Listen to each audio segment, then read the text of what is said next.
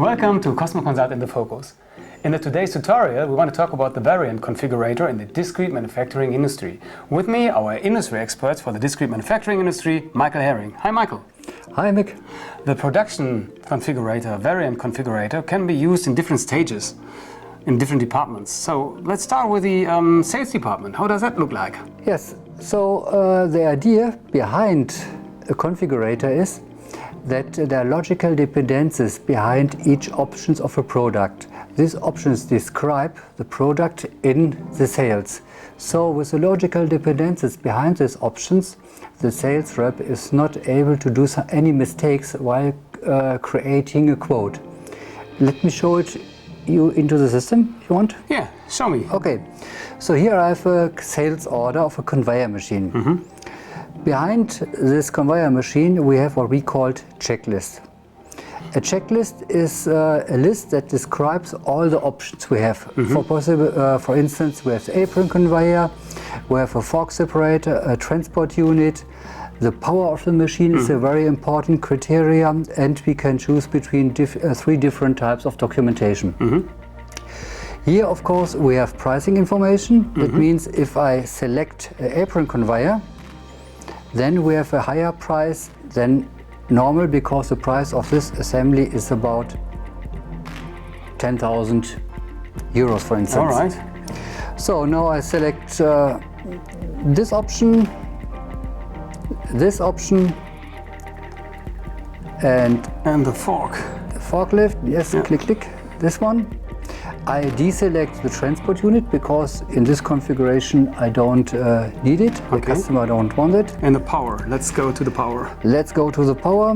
Let's say the power is about 70 kilowatt, and we need a German documentation and not only an English documentation.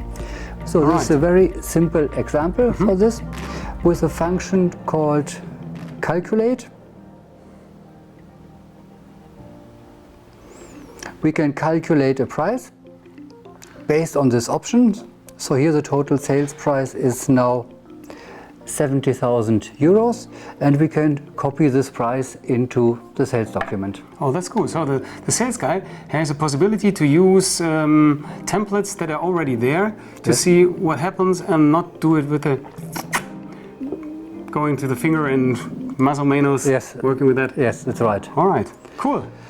And then, of course, we have the second step in the configuration process to combine this checklist with this filled out criteria with a bill of material. So this is a technical configuration now. So now this is premium work, isn't it? Yes, it's the premium work, that's right.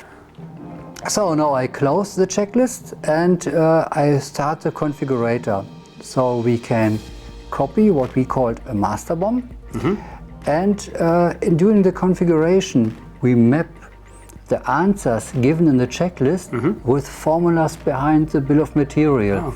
And the result is an order-rated bill of material that is created by the system without any manual work. So automatically? Automatically by the system. Cool. So now here we have the result. So we see, for instance, the German and English documentation, no French documentation. We have a motor here with the 70 kilowatt power, and we have also our other assemblies, the apron conveyor, but no other option here. All right. Yeah. So this is my